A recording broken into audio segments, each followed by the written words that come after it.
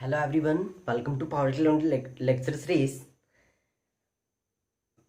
In this lecture, we will discuss about single phase half bridge inverters के बारे में. तो हम लोग जैसा कि देखते हैं single phase half bridge inverter के बारे में. जनरली हम लोग सर्किट डायग्राम देख लेते हैं हाफ ब्रिज के इन्वर्टर्स का. ठीक है, तो सबसे पहले हाफ ब्रिज हम लोग बना लेते हैं.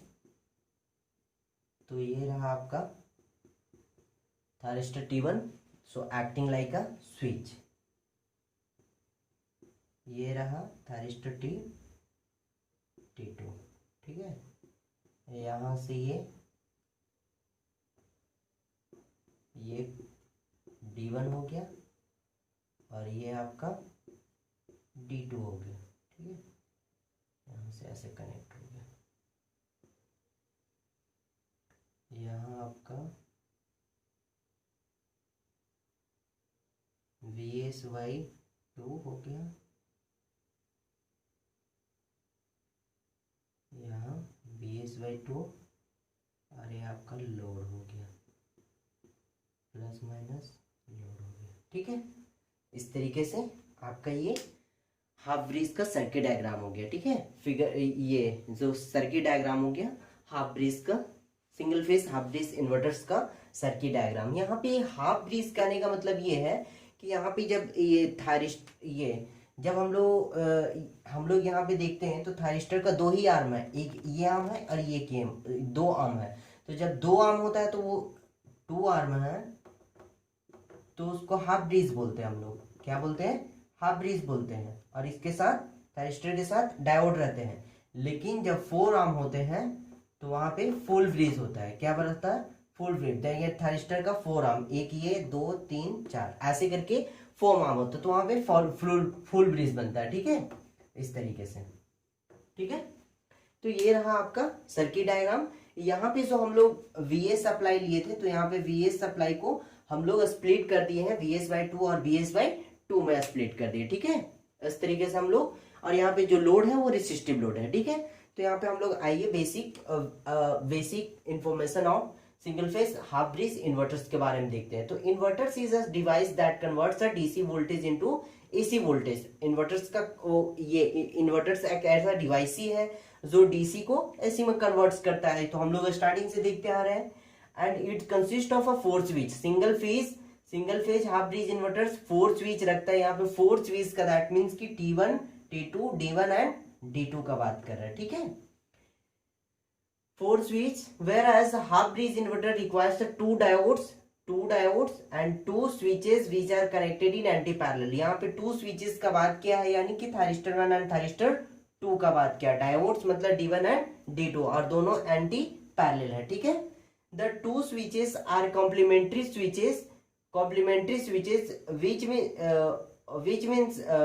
means when the first switch is on the second switch will be of. यहाँ पे कॉम्प्लीमेंट्री का कहने का मतलब ये है कि एक ऑन रहेगा तो एक ऑफ रहेगा, और एक ऑफ रहेगा तो वो एक ऑन रहेगा. When the second switch on, when the first switch will be of. ठीक है, ये single phase half bridge inverters में जनरली ये देखने को आपको मिलेगा, ये कॉम्प्लीमेंट्री स्विच के थ्रू कि एक ऑन रहेगा तो एक ऑफ, और एक ऑफ रहेगा तो एक on. The circuit diagram of single phase half bridge inverter with resistive load is in the figure. ये है सर्किट डायग्राम किसका? Circuit diagram single phase half bridge inverter का. ठीक है, ये था जनरली हम लोगों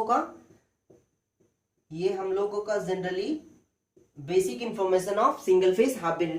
अब हम लोग देखते हैं यहाँ पे कि इसका ऑपरेशन क्या है. तो सबसे पहले हम लोग यहाँ पे क्या दिए, हम लोग यहाँ पे सोर्स से हम लोग सप्लाई दिए, और T1 को हम लोग क्या किए? ट्रिगर पर सप्लाई किए. तो यहाँ पे ये T1 कंडक्टिंग मोड में आ गया, तो जो करंट था इस डायरेक्शन से फ्लो करने लगा.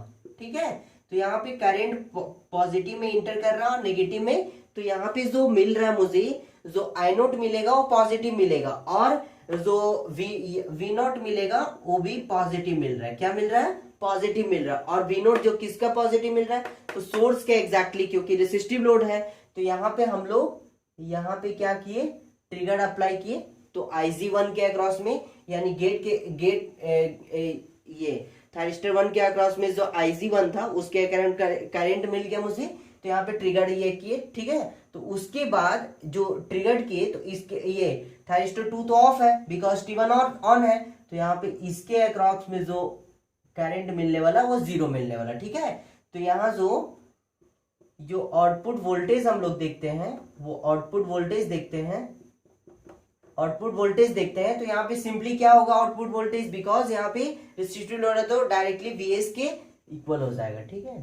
तो ये हो जाएगा प्लस Vs/2, ठीक है, इस तरीके से। और I0 भी सेम टू सेम यही हो जाएगा। अब बात किया जाए ये तो फर्स्ट केस थी जब हम लोग ये थायरिस्टर 1 कंडक्टिंग मोड में, और और यहाँ पे डायोड का काम क्या है, जब थायरिस्टर क्या हो जाएंगे ऑफ स्टेट में आ जाएंगे, ठीक है। और यहाँ पे एक और बात है कि जो थायरिस्टर हम लोग इस्तेमाल कर रहे हैं वो सेल्फ कम्यूटेटेड थायरिस्टर, यानी है कि खुद ही क्या हो जाते हैं, टर्न ऑफ पोजीशन में आ जाते हैं, ठीक है। खुद ही टर्न ऑफ पोजीशन में जब नेक्स्ट थायरिस्टर को ट्रिगर किया जाता है तो ये खुद ही क्या आ जाते हैं, टर्न ऑफ पोजीशन में, बिकॉज यहाँ पे सेल्फ कम्यूटेटेड थायरिस्टर हम लोग यूज किया। और जब ये टर्न ऑफ पोजीशन में आ जाते हैं उस वक्त हम लोगों को जो करंट कुछ जो करंट ये मतलब एक पाथ प्रोवाइड करने के लिए हम लोगों को डायोड का जरूरत पड़ता है, इसीलिए हम लोग इसके पैरेलल में क्या डायोड इस्तेमाल करते हैं, ठीक है, इस तरीके से। फिर हम लोग आते हैं, ये फर्स्ट केस था। अब सेकेंड केस की बात करें तो सेकेंड केस में क्या होगा, यहां से क्या हुआ, इस T2 के लिए ये तो T1 हो गया, T1 ऑफ है, अब ये T2 क्या होगा ऑन पोजीशन में, ठीक है। तो यहाँ पे ये अब यहां से ये इस तरीके से करंट फ्लो स्टार्ट करेगा। लेकिन यहाँ पे जो करंट, ये देखने वाली बात, ये गौर करने वाली बात ये है कि जो करंट इंटर कर रहा है तो नेगेटिव टर्मिनल में और पॉजिटिव टर्मिनल से निकल रहा है। दैट मीन्स कि यहाँ जो V0 मिलने वाला वो भी ये V0 नेगेटिव और I0 भी नेगेटिव होगा। तो ठीक है, यहाँ पे हम लोग इसको ट्रिगर किए तो इसके ट्रिगर कर दिए, तो यहाँ जो मिला मुझे आउटपुट वोल्टेज मिला वो क्या मिला, नेगेटिव। और ये जो नेगेटिव होगा ये क्या होगा, -Vs/2, क्योंकि ये भी सप्लाई से किससे कनेक्टेड है, T2 किससे कनेक्टेड है, Vs/2 से कनेक्टेड है। तो ये हो गया Vs/2, लेकिन नेगेटिव में मिला मुझे, क्या मिला, नेगेटिव में, और करंट भी नेगेटिव हो जाएगा, ठीक है। उसी तरीके से 2 पाइप से 3 पाई तक हम लोग फिर से ट्रिगर कर रहे हैं Ig1 को, और फिर यहाँ पे सॉरी इसमें तो कुछ नहीं होगा Ig2 के लिए, तो यहाँ पे V0 मिल जाएगा फिर से पॉजिटिव Vs/2, और यहाँ पे करंट भी Vs/2। फिर 3 पाई से 3 पाई पे हम लोग यहाँ ट्रिगर कर रहे हैं सेकेंड वाला को, Ig2 को, तो यहाँ से मिल रहा है नेगेटिव मिल रहा है, तो ये भी नेगेटिव मिल रहा है, ठीक है, इस तरीके से। और यहाँ पे देखा जाए ये जो टाइम पीरियड हम लोग ये T/2 और ये भी T/2 के लिए ऑपरेट हो रहा है, तो यहाँ से यहाँ लेंगे तो यानी 1 साइकिल यहाँ पे कंप्लीट हो गया, और इसके बाद फिर रिपीटेड हो रहा है, ठीक है, इसके बाद रिपीटेड हो रहा है, ठीक है। तो आइए हम लोग ऑपरेशन एक बार देख लेते हैं। Where load is restricted, Vs/2 is the voltage source. T1 and T2 are the two switches. यहाँ thyristor T1 and T2 are acting like a switches. I0 is a current where each switch is connected to diodes D1 and D2. यहाँ पे D1 and D2 से thyristor connected है parallelly. In the above figure, the switches T1 and T2 are the self commutating. ये जो है switch हम लोग इस्तेमाल कर रहे हैं वो सेल्फ कम्यूटेटिंग है। क्या है, सेल्फ कम्यूटेटिंग, ओके, ये भी आप ध्यान देने का है। The switch T1 will conduct when the voltage is positive and current is also positive. तो यहाँ पे जब T1 कंडक्ट हुआ तो हम लोगों को वोल्टेज भी पॉजिटिव मिला, करंट भी पॉजिटिव मिला। S2 will be conduct when the voltage is negative and current is negative. यहाँ जब ये T2 कंडक्ट हुआ तो यहाँ पे लोड यहाँ पे देखिए माइनस टर्मिनल में इंटर किया था, इसीलिए यहाँ पे ये नेगेटिव, तो करंट भी नेगेटिव, ठीक है।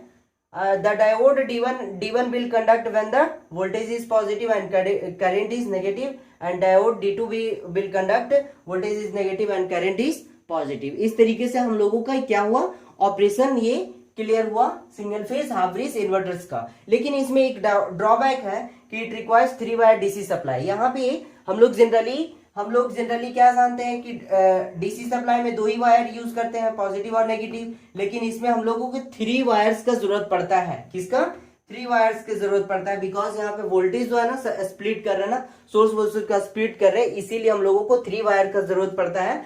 इसीलिए हम लोग इसको ओवरकम करने के लिए हम लोग फुल ब्रिज इन्वर्टर्स इसके जगह पे इस्तेमाल करेंगे। ठीक है, इसको ओवरकम इसका मतलब जो त्रुटियां हैं इसको दूर करेंगे single phase full bridge inverter के थ्रू, जो हम लोग नेक्स्ट लेक्चर में देखेंगे।